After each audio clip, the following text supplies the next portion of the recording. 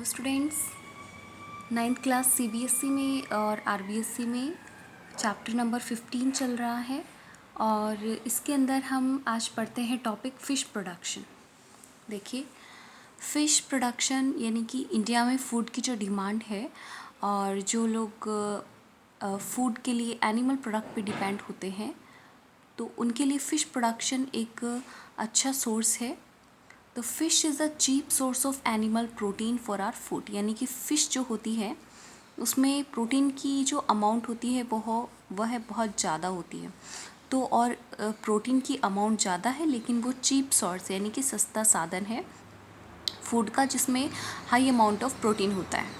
Okay, तो fish production में क्या क्या चीज़ें आती है तो आपको यहाँ से इसको अंडरलाइन भी करना है, मतलब आपको नोट्स में भी लिखना है कि fish production includes the finned true fish as well as shell fish such as prawns and molluscs. Okay students, यानी कि फ़िश प्रोडक्शन के अंदर रियल में जो फ़िश अपने को दिखती है वो भी है और साथ ही साथ शेल फिश में यानी कि जो फ़िश जैसी स्ट्रक्चर अपने को नहीं दिखाई देती, जैसे कि बुक में देखिए ये वाली तो अपने को रियल में फ़िश लग रही हैं और ये जो चीज़ें हैं जैसे कि इसमें से एक है पेनिस मोनोडन और एक है ये मैक्रोब्रैकियम रोजनबर्गी। तो ये जो ऑर्गेनिज्म हैं ये भी फ़िश प्रोडक्शन में ही आते हैं। ओके, तो प्रॉन्स वगैरह जो हैं वो फ़िश प्रोडक्शन में ही आएंगे। इनको रियर किया जाता है ताकि फूड की जो डिमांड है वो फुलफ़िल हो सके। प्रोटीन की क्वांटिटी है वो भी इनमें बहुत ज़्यादा अमाउंट में होती है। तो फ़िश प्रोडक्शन में एक तो रियल में जो फ़िश दिखती हैं वो और साथ ही साथ प्रॉन्स वगैरह भी इसके अंदर आते हैं। ओके, आगे देखिए, तो आपको फ़िश प्रोडक्शन की डेफिनेशन में ये लिखना है कि fish production includes the finned true fish as well as shell fish such as prawns and molluscs. Molluscs हमने डाइवर्सिटी वाले चैप्टर में रीड किया था, समझा था कि मॉलस्क का एक अलग ही ग्रुप होता है और इसके अंदर वो एनिमल जिनमें बाहर हार्ड कवर और अंदर सॉफ्ट एनिमल प्रेजेंट होते हैं। ओके, आगे देखिए, there are two ways of obtaining fish obtain करने के दो तरीके हैं। टू वेज कौन कौन से? One is from natural resource. एक तो नेचुरल रिसोर्स जैसे कि कोई रिवर है, सी वाटर है, तो उसके अंदर जो नेचर की वजह से जो कुछ फ़िश पाई जाती हैं तो उसको सीधा वहाँ से कैप्चर कर लिया जाता है, यानी कि इसमें खुद की तरफ से और कोई एफर्ट नहीं किया गया, खुद को उसका पालन पोषण नहीं करना पड़ा, बस वहाँ से कैप्चर किया जाता है, नेचुरल रिसोर्स से वहाँ से पकड़ा जाता है फ़िश को, तो इसको हम बोलते हैं capture fishing. One is from natural resource which is called capture fishing. और जो दूसरा मेथड है the other way is by fish farming which is called culture fishery. दूसरे में फ़िश फार्मिंग की जाती है, मतलब नेचुरल रिसोर्स से ऑब्टेन ना करके उसको आर्टिफिशियली कुछ ऐसे सोर्स बनाए जाते हैं जहाँ से फ़िश कल्चर किया जा सके, यानी फ़िश को पाला जा सके, और उसको हम बोलते हैं कल्चर फिशरी। ओके स्टूडेंट्स, तो आपको ये लिखना है what are the two ways of obtaining fish. तो उसमें फर्स्ट पॉइंट हो जाएगा आंसर में कि one is from natural resource which is called capture fishing and second is culture fishery.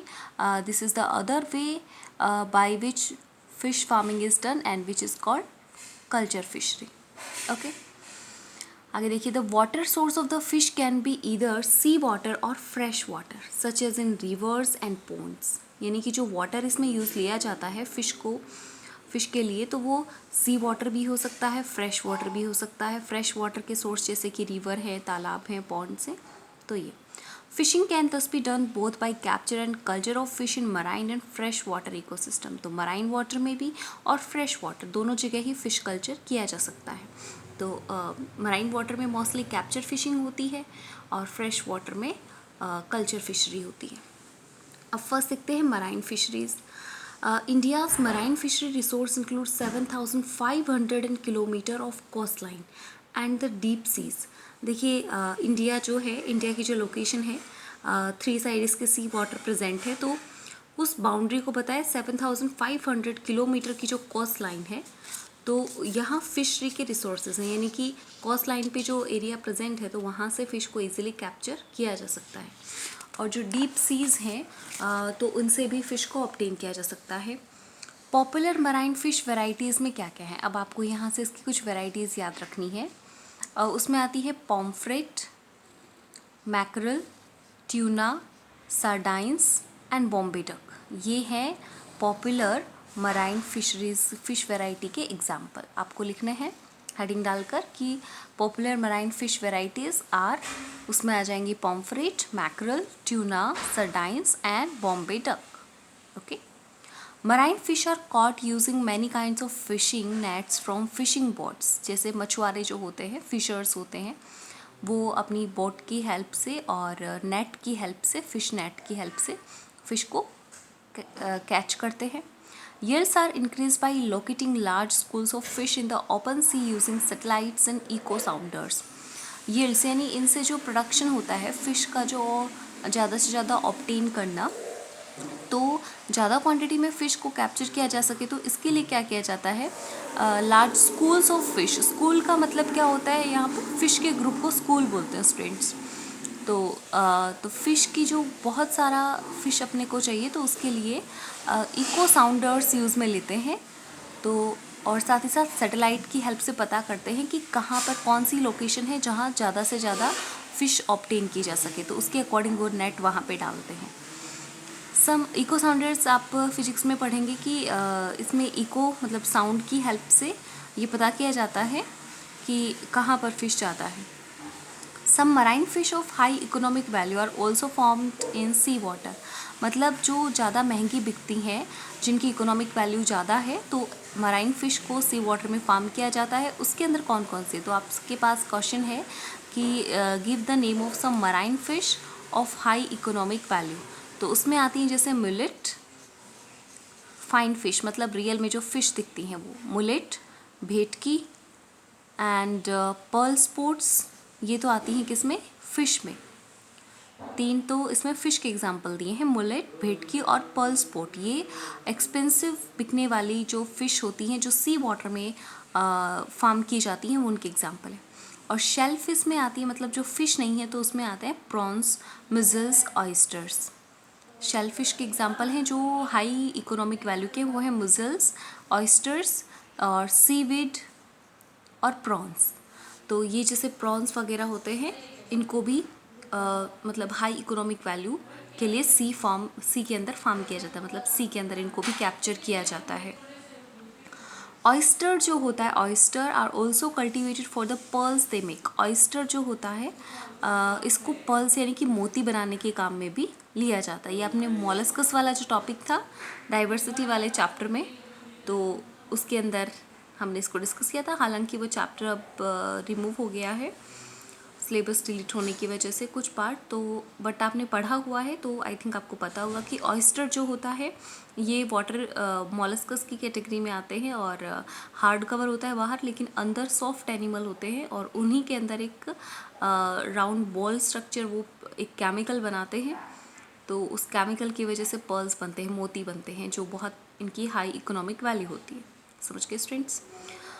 Okay, तो इसमें आपको क्या लिखना है कि name some marine fish which have high economic value, तो उसमें आपको लिखना है फाइन फिश के एग्जांपल मुलेट, भेटकी और पर्ल स्पोर्ट, और शेलफिश के एग्जांपल आपको लिखने प्रॉन्स, मुजल्स, ऑयस्टर्स। ऑलराइट, आगे देखिए, as marine fish stocks get further depleted, the demand for more fish can only be met by such culture fisheries, a practice called mariculture. अब देखिए, marine fish जो होती हैं वो इनकी नंबर अब धीरे धीरे कम होती जा रही है, यानी कि एक तो पॉल्यूशन हो रहा है, एक्वेटिक पॉल्यूशन होता है वाटर पॉल्यूशन की वजह से या क्लाइमेट के चेंज होने की वजह से, ये जो फ़िश हैं उनके नंबर कम होते जा रहे हैं, फ़िश स्टॉक है वो डिक्रीज़ होता जा रहा है, डिप्लेट होता जा रहा है। तो उसके लिए फ़िश की डिमांड बढ़ रही है मार्केट में, तो उसको फुलफ़िल करने के लिए मैरी कल्चर किया जाता है। ओके, मैरी कल्चर की हेल्प से फ़िश कल्चर किया जाता है, यानी कि फ़िश की जो डिमांड है वो फुलफ़िल की जाती है। तो उसके अंदर आता है मैरी कल्चर में inland fisheries. Okay, inland fishery क्या होता है कि fresh water resource include canals, ponds, reservoir and rivers. आपको पता है फ्रेश वाटर जहाँ मीठा पानी होता है, नहरें होती हैं, कैनल्स हैं, पोन्ड्स हैं, रिजर्वर हैं और रिवर हैं। तो यहाँ पर क्या प्रेजेंट होता है, फ्रेश वाटर प्रेजेंट है। अब brackish water resource where sea water and fresh water mix together such as estuaries and lagoons are also important fish reservoirs. यहाँ पर भी फ़िश बहुत ज़्यादा क्वांटिटी में डेवलप होती हैं, जहाँ पर खारा पानी और मीठा पानी, सी वाटर और फ्रेश वाटर जहाँ मिक्स होते हैं, जैसे ये प्लेसेस बताए हैं एस्टुरिस और लगून्स, तो यहाँ पर भी फ़िश के अच्छे रिजर्वर्स होते हैं, यानी कि फ़िश यहाँ ईजिली डेवलप हो सकती हैं. While capture fishing is also done in such inland water bodies. Okay, तो इनलैंड वाटर बॉडीज़ यानी कि सी वाटर है वो तो अलग हो गया. तो लैंड के ऊपर जो वाटर सोर्सेज होते हैं उनके अंदर इनको डेवलप किया जाता है, फ़िश कल्चर किया जाता है. Most fish production from these resources through aquaculture. तो एक्वाकल्चर के थ्रू भी एक जगह वाटर इकट्ठा करके फिर उसमें उस वाटर में फ़िश को डालकर यानी कि फ़िश कल्चर किया जाता है, तो उसको बोलते हैं एक्वाकल्चर. तो यहाँ पर बताया कि capture fishing is also done in such inland water bodies. Inland water bodies बड़ी बड़ी रिवर्स, लेक्स या लगून्स या ब्रैकिश वाटर जहाँ प्रेजेंट होता है, तो वहाँ से भी नेट के थ्रू फ़िश को कैप्चर किया जाता है. तो कैप्चर भी किया जाता है, लेकिन वहाँ इतनी ज़्यादा फ़िश नहीं होती. यील्ड वहाँ की ज़्यादा नहीं, यील्ड मतलब इतना ज़्यादा प्रॉफिट नहीं होता, इतनी ज़्यादा फ़िश वहाँ नहीं मिलती. तो इसके लिए क्या किया जाता है, एक्वाकल्चर के थ्रू भी फ़िश फार्मिंग की जाती है. Fish culture is sometime done in combination with the rice crop, यानी कि चावल की जो फसल उगाते हैं, आपको पता है पानी के अंदर ये चावल की फसल उगाई जाती है जहाँ वाटर ज़्यादा इकट्ठा होता है, तो ऐसे जगह पे. और वहाँ पर राइस क्रॉप भी डेवलप होती है और साथ ही साथ फ़िश कल्चर भी वहाँ पे कर लिया जाता है उसी वाटर में. पैडी धान के जो खेत होते हैं उन्हीं के अंदर. More intensive fish farming can be done in composite fish culture system. और ज़्यादा फ़िश फार्मिंग करनी है तो उसके लिए कंपोजिट फ़िश कल्चर सिस्टम अपनाया जाता है. और कंपोजिट फ़िश कल्चर सिस्टम में क्या होता है, इसमें लोकल वैरायटी और जो इम्पोर्टेड वैरायटी होती हैं, यानी कि देसी और विदेशी नस्ल दोनों टाइप की जो फ़िश होती हैं उनको मिक्स करके उनकी नई मतलब उनको मिक्स करके वहाँ पर कल्चर किया जाता है, फ़िश कल्चर किया जाता है. यानी कि लोकल और यानी कि इंडिजीनियस और जो फॉरेन क्वालिटी है उनकी मिक्स स्पीसीज़ वहाँ पे डेवलप होती है. ओके, तो जो कंपोजिट फ़िश कल्चर सिस्टम है उसमें क्या होता है, देखिए, in such a system a combination of 5 और 6 species is use in a single fish pond. एक ही फिश का तालाब होता है, उसमें 5 या 6 टाइप की प्रजातियाँ फ़िश की रखी जाती हैं. और ये स्पीसीज़ इस तरीके से सिलेक्ट की जाती हैं कि उनकी जो खाने की जो डिमांड है, यानी कि खाने की जो रिक्वायरमेंट है, वो सबकी अलग अलग होनी चाहिए. ऐसा नहीं कि एक फ़िश है वो दूसरी फ़िश का फूड होगा तो वो आपस में एक दूसरे को खा करके और ख़त्म कर देंगे. तो इसलिए इसको सिलेक्ट करने के लिए कि उस फिश पॉन्ड में कौन कौन सी स्पीसीज़ डाली जाएँ, तो उसके लिए पहले सिलेक्ट करना पड़ता है कि इनकी फूड की रिक्वायरमेंट क्या क्या है.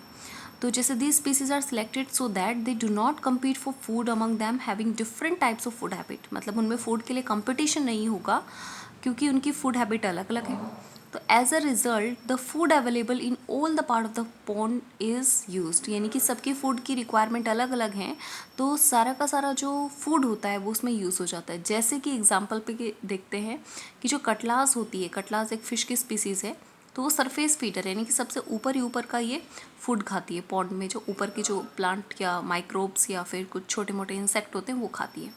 अब रोहूस जो होती है, रोहू होती है वो मिडल एरिया में पाई जाती है, मिडल जोन में. तो ये मिडल में पाए जाने वाले इंसेक्ट या फिर छोटे ऑर्गेनिज्म खाती हैं. मृगल्स जो होती है और कॉमन कार्प होती है, बॉटम फीडर होती है, यानी कि पॉन्ड के एकदम लास्ट में बॉटम में जो कुछ खाना होगा उनके लिए वो वहाँ से फीड करेंगी. और जो ग्रास क्रॉप होती है वो वीड्स खाती है, मतलब नीचे तालाब में मिट्टी में जो घास उग जाती है, वीड्स उगती है, तो वो ये खाती हैं. तो इस तरीके से ये जो सारी की सारी स्पीसीज़ होती हैं वो पॉन्ड का कंप्लीट फूड यूज़ कर लेती हैं और एक दूसरे के साथ इनमें कंपटीशन भी नहीं होता. तो this increase a fish yield from the pond. इससे पॉन्ड से ज़्यादा क्वांटिटी में फ़िश यील्ड किया जा सकता है. ओके स्टूडेंट्स, तो इसके लिए आपको ये अंडरलाइन करना है what is composite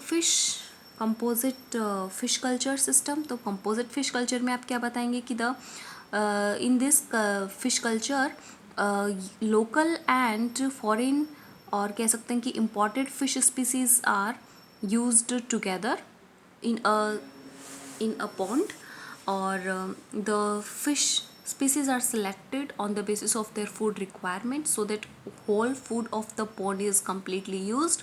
for example देके बता देंगे कि for example catlas are surface feeder, rohus feed middle zone of the pond, and mrigals and common carp use the bottom feeder, and grass crop feed on the weeds. So in this way the complete food of pond is used and high yield of fish can be obtained from these ponds. Okay आगे देखिए इसमें क्या है.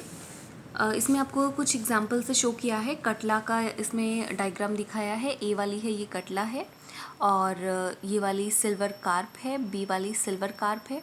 सी जो है ये रोहू है और दिस वन ग्रास कार्प जो वीड्स पे रहती है.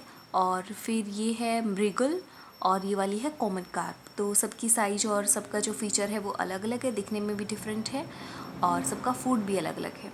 तो अच्छी क्वालिटी की और ज़्यादा क्वांटिटी में फ़िश ऑब्टेन की जा सकती हैं. कौन से मेथड से? कंपोजिट फ़िश कल्चर सिस्टम से. अब देखिए अगला क्वेश्चन बनता है कि इस फिश कल्चर में, कंपोजिट फिश कल्चर में प्रॉब्लम क्या आती है. What is the problem in composite fish culture. इसमें क्या होता है देखिए, ये अलग अलग टाइप की स्पीसीज़ होती हैं और इनके जो एग होते हैं वो आपस में मिक्स हो जाते हैं. मतलब मॉनसून की टाइम पर ही इनमें ब्रीडिंग होती है. एग वगैरह प्रोड्यूस करने के लिए जो प्रोसेस होती है वो उसी टाइम पे होती है. तो ऐसे में उनकी एग्स हैं वो आपस में मिक्स हो जाते हैं. तो इसमें अच्छी क्वालिटी मतलब हाई क्वालिटी वाली जो फ़िश हैं उनके एग और जो लो क्वालिटी की थोड़ी सी कम क्वालिटी के हैं तो उनके फ़िश के एग्स आपस में मिक्स हो जाते हैं. तो इसके लिए क्या सॉल्यूशन होना चाहिए. तो इसका सॉल्यूशन क्या है देखिए, फ़िश फार्मिंग जो है उसमें जो सभी क्वालिटी के सीड्स लिए जाते हैं और फिर उसके अंदर इंजेक्शंस के थ्रू या फिर मतलब कुछ केमिकल्स उसमें दिए जाते हैं. उनका जो फूड होता है वो इस तरीके का दिया जाता है ताकि उसमें हार्मोनल स्टिमुलेशन यानी उनके जो हार्मोन्स है वो चेंज कर दिए जाते हैं और जिससे सब के सब जो सीड्स हैं जैसा अपने को फ़िश के सीड होते हैं तो उसमें जैसी क्वालिटी चाहिए जैसी क्वांटिटी चाहिए वैसा हम उसको ऑब्टेन कर सकते हैं. देखिए इसमें one problem with such composite fish culture is that many of this fish breed only during monsoon. कि जो ज़्यादातर फिश होती हैं वो मानसून में ही ब्रीडिंग करती हैं. Even if fish seed is collected from the wild it can be mixed with that of the other species as well. तो वन प्रॉब्लम इसमें क्या थी कि the fish seed can be mixed with that of the other species as well. कि जो fish seed होते हैं वो आपस में मिक्स हो जाते हैं. So a major problem in fish farming is the lack of availability of good quality seed. अच्छी क्वालिटी के सीड्स की अवेलेबिलिटी है वो कम हो जाती. तो ये इसमें क्वेश्चन होगा कि what is the major problem of composite fish culture. तो आपको आंसर क्या लिखना है कि a major problem in fish farming is the lack of availability of good quality seed. Okay. To overcome this problem, ways have now been worked out to breed these fish in ponds using hormonal stimulation. अब इसका solution भी दे दिया आपको कि इससे overcome करने के लिए क्या करना होता है. Breed these fish in ponds using hormonal stimulation. इनके hormones change करके फिर इनकी breeding कराई जाती है. तो this has insured the supply. और इसका फ़ायदा क्या हुआ है कि जितनी क्वांटिटी में अपने को जैसी फ़िश चाहिए वैसे सीड फ़िश के सीड अपने को ऑब्टेन हो जाते हैं. ओके स्टूडेंट्स, तो फ़िश कल्चर को एक बार हम फिर से पढ़ते हैं, एक बार रिपीट कर लेते हैं कि फ़िश कल्चर क्या होता है. फ़िश प्रोडक्शन क्या है कि फ़िश प्रोडक्शन में फाइंड ट्रू फिश और शेल फिश इनको प्रोड्यूस करना, इनको ग्रो करना ही क्या कहलाता है, फ़िश प्रोडक्शन कहलाता है, या फिर इनको कैच करना. Fish production include the fine true fish as well as shellfish such as prawns and molluscus. ये हो गया. उसके बाद आपको लिखना है साथ ही साथ फिश प्रोडक्शन अच्छा क्यों है, क्योंकि ये प्रोटीन का एक चीप सोर्स होता है. फिर क्वेश्चन बनता है कि what are the two ways of obtaining fish. तो आप उसमें दोनों बता देंगे कि एक तो है कैप्चर फिशिंग और दूसरा है कल्चर फिशरी. कैप्चर फिशिंग में किसी नेचुरल रिसोर्स से फ़िश को सिर्फ कैच कर लिया जाता है और कल्चर फिशरी के अंदर फ़िश फार्मिंग की जाती है. ओके. और ये जो फ़िश कल्चर है वो मराइन वाटर में भी होता है, फ्रेश वाटर में भी होता है. मराइन फिशरीज़ के अंदर बताएं तो इंडिया में जो कोस्ट लाइन है 7,500 किलोमीटर की कोस्ट लाइन है, वहाँ पर ये अच्छा रिसोर्स है फ़िश फार्मिंग का. उसके बाद आपने पढ़ा कि कुछ आपको एग्जांपल देने हैं. Give some example of popular marine fish varieties. तो उसमें आप लिखेंगे pomfret, mackerel, tuna, sardines and Bombay duck. Okay. और फ़िश यहाँ से कैप्चर करते हैं, ये समझने का है कि इको साउंडर्स और सैटेलाइट्स की हेल्प से जहाँ पे ज़्यादा फ़िश प्रेजेंट होंगी तो उसकी लोकेशन पता की जाती है सी वाटर से या रिवर से. अब मराइन फ़िश के कुछ के आपको एग्जांपल देने हैं जिनकी हाई क्वालिटी होती है, हाई इकोनॉमिक वैल्यू होती है, ऐसी मराइन फ़िश के एग्जांपल दीजिए। तो उसमें आपको बताने हैं मुलेट्स, भेटकी, पर्ल स्पोर्ट, ये तो है फ़िश, ट्रू फिश। और जो शेल फिश हैं उसमें आते हैं जैसे प्रॉन्स, मिजल्स, ऑयस्टर्स। ऑयस्टर्स को पर्ल्स के लिए भी रखा जाता है, पर्ल्स के लिए कल्टीवेट करते हैं। उसके बाद मैरीकल्चर किया जाता है। मैरीकल्चर एक ऐसी प्रैक्टिस है जिसमें मराइन फिश का स्टॉक कम होता है, तो उसको ऑब्टेन करने के लिए मैरीकल्चर किया जाता है। इनलैंड फिशरी क्या है, जो वाटर लैंड के ऊपर कुछ वाटर सोर्सेज होते हैं, जैसे रिवर है, ब्रैकिश वाटर है, सी वाटर है, सी वाटर फ्रेश वाटर जहाँ मिक्स होते हैं, तो लगून्स जैसी जगह है जहाँ पे फिश रिजर्वर्स बनाए जाते हैं।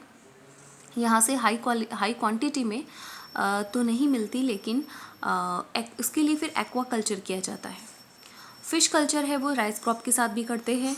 और दूसरा फिर कंपोजिट फ़िश कल्चर सिस्टम, ये अलग से पॉइंट हो जाएगा, जहाँ पर इंटेंसिव फ़िश फार्मिंग की जाती है। बहुत ज़्यादा फ़िश फार्मिंग के लिए composite fish culture system use में लिया जाता है। इसमें लोकल और इम्पॉर्टेड फ़िश स्पीसीज़ को मिक्स करके और फिर वहाँ उनको डेवलप करते हैं, लेकिन 5 या 6 स्पीसीज़ इसमें यूज़ करते हैं। और स्पीसीज़ को सिलेक्ट करने के लिए पहले ये भी देखा जाता है कि इनकी जो फूड की जो रिक्वायरमेंट है वो अलग अलग होनी चाहिए, सेपरेट होनी चाहिए, ताकि उनमें फूड के लिए कंपटीशन नहीं हो।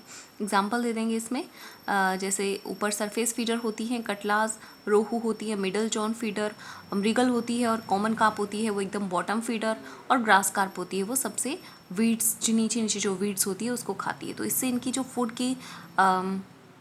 फूड की जो ज़रूरत होती है वो सबकी अलग होती हैं, और इससे कंपटीशन भी नहीं होता, पॉन्ड का सारा फूड भी यूज़ में हो जाता, कुछ वेस्ट भी नहीं जाता, और ज़्यादा क्वांटिटी में अच्छी क्वालिटी के अलग अलग फ़िश ऑब्टेन की जा सकती है। अब इसमें एक प्रॉब्लम आई है कि क्या प्रॉब्लम है इसके अंदर कंपोजिट फ़िश कल्चर में, तो उसमें जो सबके सब फ़िश के सीड होते हैं वो सब मिक्स हो जाते हैं, क्योंकि सभी जो फ़िश होती हैं, अलग अलग स्पीसीज़ के फ़िश होती हैं, वो सेम टाइम मानसून के अंदर वो ब्रीड करती हैं, तो उनके जो स्पीसीज़ के जो अलग अलग सीड हैं वो मिक्स हो जाते हैं। और lack of availability of good quality seed, इसमें आप लिखेंगे what is the problem in composite fish culture, तो इसमें आप लिखेंगे कि the major problem in fish farming is the lack of availability of good quality seed. और फिर इसका सॉल्यूशन है, तो सॉल्यूशन के लिए आप बताएंगे कि जो फ़िश होती हैं इसमें breed this fish in ponds using hormonal stimulation मतलब चेंज करना। हार्मोन्स आप जानते हैं केमिकल्स होते हैं जो पर्टिकुलर कैरेक्टर के लिए रिस्पॉन्सिबल होते हैं, तो इन फिश के अंदर हार्मोनल स्टिमुलेशन करा दिया जाता है, और इसकी वजह से प्योर फिश सीड जितनी क्वांटिटी में चाहिए उतनी क्वांटिटी में ऑब्टेन किए जा सकते हैं। Okay students.